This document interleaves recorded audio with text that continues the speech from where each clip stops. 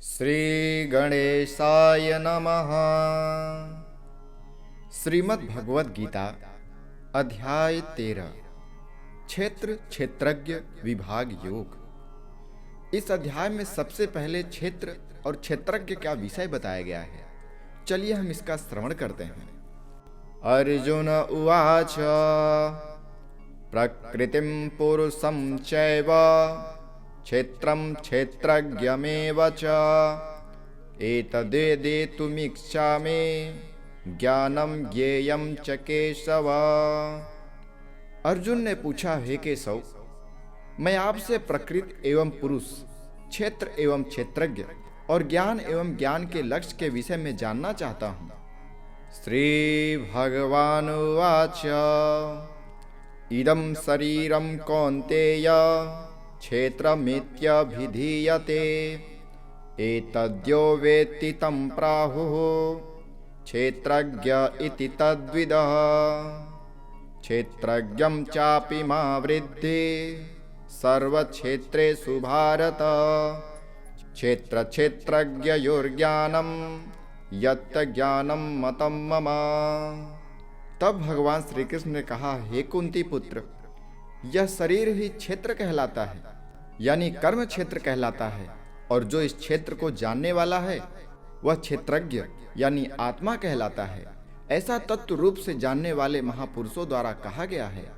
हे भरतवंशी, तो इन सभी शरीर रूपी क्षेत्रों का ज्ञाता निश्चित रूप से मुझे ही समझ, और इस शरीर तथा इसके ज्ञाता को जान लेना ही ज्ञान कहलाता है, ऐसा मेरा विचार है। तत्क्षेत्रं यच्च चादृक् याद्विकारी यतश्च यत् स च यो यत्प्रभावश्च तत्समासेन मे शृणु। ऋषिभिर्बहुधा गीतं छन्दोभिर्विविधः पृथक् ब्रह्मसूत्रपदश्चैव हेतुमद्भिर्विनिश्चिते। अर्थात यह शरीर रूपी कर्म क्षेत्र जैसा भी है एवं जिन विकारों वाला है और जिन कारणों से उत्पन्न होता है, तथा वह जो इस क्षेत्र को जानने वाला है और जिस प्रभाव वाला है, उसके बारे में संक्षिप्त रूप से तू मुझसे सुन। इस क्षेत्र और क्षेत्रज्ञ के बारे में ऋषियों द्वारा अनेक प्रकार से वैदिक ग्रंथों में वर्णन किया गया है एवं वेदों में मंत्रों के द्वारा भी अलग अलग प्रकार से गाया गया है, और इसे विशेष रूप से वेदांत में नीतपूर्ण वचनों द्वारा कार्य कारण सहित भी प्रस्तुत किया गया है।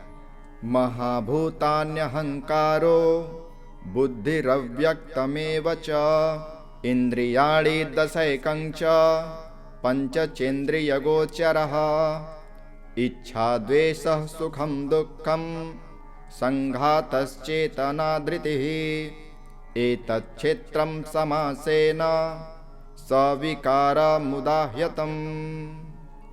भगवान श्री कृष्ण कहते हैं, हे अर्जुन, यह क्षेत्र 5 महाभूतों यानी पृथ्वी, जल, अग्नि, वायु और आकाश, अहंकार, बुद्धि, प्रकृति के अव्यक्त तीनों गुण सत, रज और तम, 10 इंद्रियों कान, त्वचा, आँख, जीभ, नाक, हाथ, पैर, मुख, उपस्थ और गुदा, एक मन, 5 इंद्रियों के विषय स्पर्श, शब्द, रूप, रस और गंध, इच्छा, द्वेष, सुख, दुख, चेतना और धारणा वाला यह समूह ही विकारों वाला पिंड रूप शरीर है, जिसके बारे में संक्षेप में कहा गया है।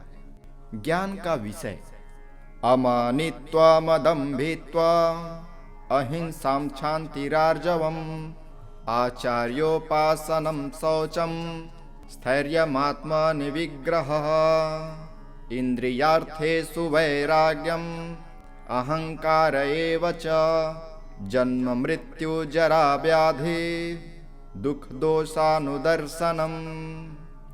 अर्थात विनम्रता, दंभहीनता, अहिंसा, क्षमाशीलता, सरलता, पवित्रता, गुरु भक्ति, दृढ़ता और आत्म संयम, इंद्रिय विषयों के प्रति वैराग्य का भाव, मिथ्या अहंकार न करने वाला भाव, जन्म मृत्यु, बुढ़ापा, रोग, दुख और अपनी बुराइयों का बार बार चिंतन करने वाला भाव, अशक्तिरनभिस्वंगः पुत्रदार गृहादिषु नित्यं च समचित्तत्वम् इष्टानिष्टोपपत्तिषु मयि चानन्ययोगेन भक्तिरव्यभिचारिणी विविक्त्वदेशसेत्विक्तं रतिर्जन संसदे। अर्थात पुत्र, स्त्री, घर और अन्य भौतिक वस्तुओं के प्रति आसक्त न होने का भाव, शुभ और अशुभ की प्राप्ति पर भी निरंतर एक समान रहने वाला भाव, मेरे अतिरिक्त अन्य किसी वस्तु को प्राप्त न करने का भाव, बिना विचलित हुए मेरी भक्ति में स्थिर रहने का भाव, शुद्ध एकांत स्थान में रहने का भाव और सांसारिक भोगों में लिप्त मनुष्यों के प्रति आसक्ति के भाव का न होना। अध्यात्म ज्ञान नित्यत्वम तत्व ज्ञानार्थ दर्शनम एतज्ज्ञानमिति प्रोक्तम ज्ञानम यदतोन्यथा। अर्थात निरंतर आत्म स्वरूप में स्थित रहने का भाव और तत्व स्वरूप परमात्मा से साक्षात्कार करने का भाव, यह सब तो मेरे द्वारा ज्ञान कहा गया है और इनके अतिरिक्त जो भी है वह अज्ञान है, क्षेत्रज्ञ का ज्ञान। ज्ञेयं यत्त्व प्रवक्ष्यामि यज्ञात्वामृतमश्नुते अनादिमत् परं ब्रह्म न सक्तानस्तदुच्यते सर्वतः पाणिपादं तत् सर्वतोच्छिशिरोमुखं सर्वतः श्रुतिमल्लोके सर्वमावृत्य तिष्ठते। अर्थात भगवान श्री कृष्ण क्षेत्रज्ञ के ज्ञान के बारे में बताते हुए कहते हैं कि हे अर्जुन, जो जानने योग्य है अब मैं इसके विषय में बतलाता हूँ, जिसे जानकर मृत्यु को प्राप्त होने वाला मनुष्य अमृत तत्व को प्राप्त होता है, जिसका जन्म कभी नहीं होता, जो कि मेरे अधीन रहने वाला है, वह न तो कर्ता है और न ही कारण है, उसे परम ब्रह्म परमात्मा कहा जाता है। वह परमात्मा सभी ओर से हाथ पांव वाला है, वह सभी ओर से आंखें, सिर तथा मुख वाला है, वह सभी ओर से सुनने वाला है और वही संसार में सभी वस्तुओं में व्याप्त होकर स्थित है। सर्वेंद्रिय गुणाभासम सर्वेंद्रिय विवर्जितम असक्तम सर्वभृक्षैव निर्गुणं गुणभोक्तृ च बहिरन्तश्च भूतानां अचरं चरमेव च सूक्ष्मत्वात् तद्विज्ञं दूरस्थं चान्तिके च तत्। अर्थात वह परमात्मा समस्त इंद्रियों का मूल स्रोत है, फिर भी वह सभी इंद्रियों से परे स्थित रहता है। वह सभी का पालन करता होते हुए भी अनासक्त भाव में स्थित रहता है और वही प्रकृति के गुणों यानी सत रज तम से परे स्थित होकर भी समस्त गुणों का भोक्ता है। वह परमात्मा चर अचर सभी प्राणियों के अंदर और बाहर भी स्थित है। उसे अति सूक्ष्म होने के कारण इंद्रियों के द्वारा नहीं देखा जा सकता। वह अत्यंत दूर स्थित होने पर भी सभी प्राणियों के अत्यंत पास भी वही स्थित है। अविभक्तम च भूतेषु विभक्तमिव च स्थितम भूतभर्तृ च ज्ञेयं ग्रसिष्णु प्रभविष्णु च ज्योतिषामपि तज्ज्योति स्तंसः परमुच्यते ज्ञानं ज्ञेयं ज्ञानगम्यं वदि सर्वस्य विष्ठितम्। अर्थात भगवान श्री कृष्ण कहते हैं कि वह परमात्मा सभी प्राणियों में अलग अलग स्थित होते हुए भी एक रूप में स्थित रहता है। यद्यप वही समस्त प्राणियों को ब्रह्मा रूप से उत्पन्न करने वाला है, विष्णु रूप से पालन करने वाला है और रुद्र रूप से संहार करने वाला है, वह परमात्मा सभी प्रकाशित होने वाली वस्तुओं के प्रकाश का मूल स्रोत होते हुए भी अंधकार से परे स्थित रहता है। वही ज्ञान स्वरूप है, वही जानने योग्य है, वही ज्ञान स्वरूप द्वारा प्राप्त करने वाला लक्ष्य है और वही सभी के हृदय में विशेष रूप से स्थित रहता है। इति क्षेत्रं तथा ज्ञानं ज्ञेयं चोक्तं समासतः मद्भक्त एतद्विज्ञाय मद्भावायोपपद्यते। अर्थात इस प्रकार कर्म क्षेत्र यानी शरीर, ज्ञान रूप यानी आत्मा और जानने योग्य यानी परमात्मा के स्वरूप का संक्षेप में वर्णन किया गया है। मेरे भक्त ही यह सब जानकर मेरे स्वभाव को प्राप्त होते हैं। ज्ञान सहित प्रकृत पुरुष का विषय। प्रकृतिं पुरुषं चैव विद्यनादि उभावपि विकारांश्च गुणांश्चैव वृद्धि प्रकृतिसंभवान् कार्यकरणकर्तृत्वे हेतुः प्रकृतिरुच्यते पुरुषः सुख दुखानां भोक्तृत्वे हेतुरुच्यते। भगवान श्री कृष्ण कहते हैं, हे अर्जुन, इस प्रकृति एवं पुरुष यानी भौतिक जड़ प्रकृति एवं परमात्मा, इन दोनों को ही तू निश्चित रूप से अनादि समझ और राग द्वेष आदि विकारों को प्रकृति के तीनों गुणों से उत्पन्न हुआ ही समझ, जिसके द्वारा कार्य उत्पन्न किए जाते हैं और जिसके द्वारा कार्य संपन्न किए जाते हैं, उसे ही भौतिक प्रकृति कहा जाता है। और जीव यानी प्राणी सुख तथा दुख के भोग का कारण कहा जाता है। पुरुषः प्रकृतिस्थो हि भुंक्ते प्रकृतिजान् गुणान् कारणं गुणसंज्ञोऽस्य सदसद्यो निजन्मसु उपद्रष्टानुमन्ता च भर्ता भोक्ता महेश्वरः परमात्मेति चाप्युक्तो देहेस्मिन् पुरुषः परः। अर्थात भौतिक प्रकृति में स्थित होने के कारण ही प्राणी प्रकृति के तीनों गुणों से उत्पन्न पदार्थों को भोगता है और प्रकृति के गुणों की संगति के कारण ही जीव उत्तम और अधम योनियों में जन्म को प्राप्त होता रहता है।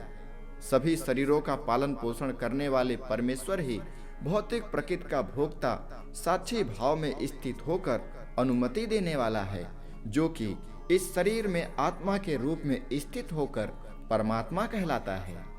य एवं वेत्ति पुरुषं प्रकृतिं च गुणः सह सर्वथा वर्तमानोऽपि न स भूयोऽभिजायते ध्यानेनात्मनि पश्यन्ति केचिदात्मानमात्मना अन्ये सांख्येन योगेन कर्मयोगेन चापरे। अर्थात जो मनुष्य इस प्रकार जीव को प्रकृति के गुणों के साथ ही जानता है, वह वर्तमान में किसी भी परिस्थिति में स्थित होने पर भी सभी प्रकार से मुक्त रहता है और वह फिर से जन्म को प्राप्त नहीं होता है। कुछ मनुष्य ध्यान योग में स्थित होकर परमात्मा को अपने अंदर हृदय में देखते हैं। कुछ मनुष्य वैदिक कर्म कांड के अनुशीलन के द्वारा और अन्य पुरुष निष्काम कर्म योग द्वारा परमात्मा को ही प्राप्त होते हैं। अन्ये त्वेम जानन्तः श्रुत्वान्येभ्य उपासते तेऽपि चाति तरन्त्येव मृत्युं श्रुतिपरायणः यावत् संज्ञायते किंचित् सत्त्वं स्थावरजंगमम् क्षेत्र संयोगात् तद्विति भरतर्षभ। भगवान श्री कृष्ण कहते हैं कि हे अर्जुन, कुछ ऐसे भी मनुष्य हैं जो आध्यात्मिक ज्ञान को नहीं जानते हैं, परंतु वह अन्य महापुरुषों से परमात्मा के विषय में सुनकर उपासना करने लगते हैं। परमात्मा के विषय में सुनने की इच्छा के कारण वह मनुष्य भी मृत्यु रूपी संसार सागर को निश्चित रूप से पार कर जाता है। हे भरतवंशी अर्जुन, इस संसार में जो कुछ भी उत्पन्न होता है और जो भी चर अचर प्राणी अस्तित्व में हैं, उन सब को तू क्षेत्र यानी जड़ प्रकृति और क्षेत्रज्ञ यानी चेतन प्रकृति के संयोग से उत्पन्न हुआ समझ। समम सर्वेषु भूतेषु तिष्ठन्तं परमेश्वरं विनश्यन्त्वविनश्यन्तं यः पश्यति स पश्यते समं पश्यन्हि सर्वत्र समवस्थितमीश्वरं न हि मत्स्यात्मनात्मानं ततो याति परांगतिम।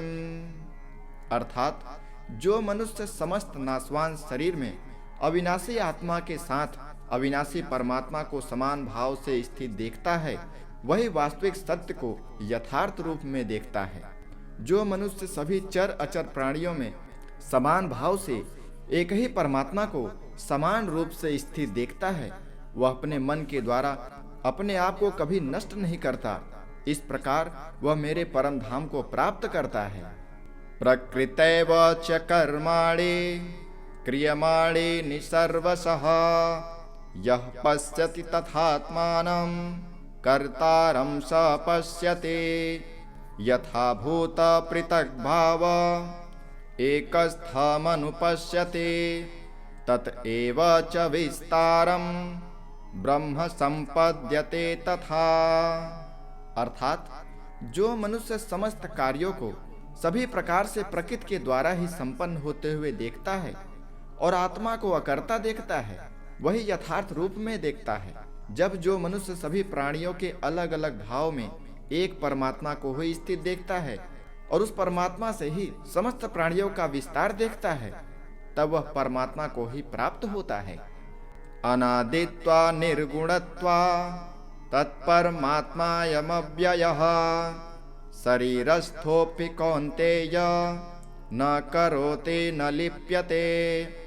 यथा सर्वगतं सौक्ष्म्यम् आकाशं नोपलिप्यते सर्वत्रावस्थितो देहे तथात्मानोपलिप्यते।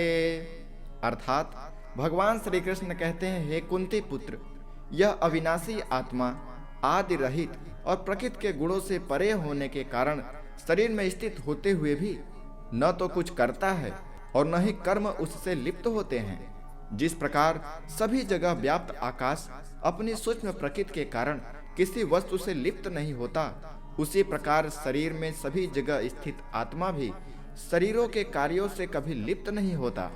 यथा प्रकाशयत्येकः कृत्स्नं लोकमिमं रविः क्षेत्रं क्षेत्री तथा कृत्स्नं प्रकाशयति भारत।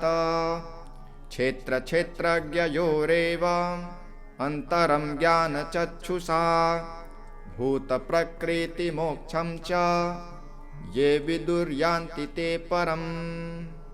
भगवान श्री कृष्ण कहते हैं, हे भरतवंशी अर्जुन, जिस प्रकार एक ही सूर्य इस संपूर्ण ब्रह्मांड को प्रकाशित करता है, उसी प्रकार शरीर में स्थित एक ही आत्मा संपूर्ण शरीर को अपनी चेतना से प्रकाशित करता है।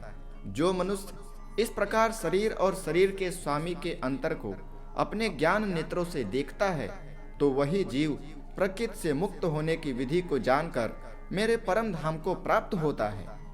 ओम तत्सदिति श्रीमद्भगवद्गीतासूपनिषत्सु ब्रह्म विद्यायां योगशास्त्रे श्रीकृष्ण अर्जुन संवादे क्षेत्र क्षेत्रज्ञ विभाग योगो नाम त्रयोदशोऽध्यायः।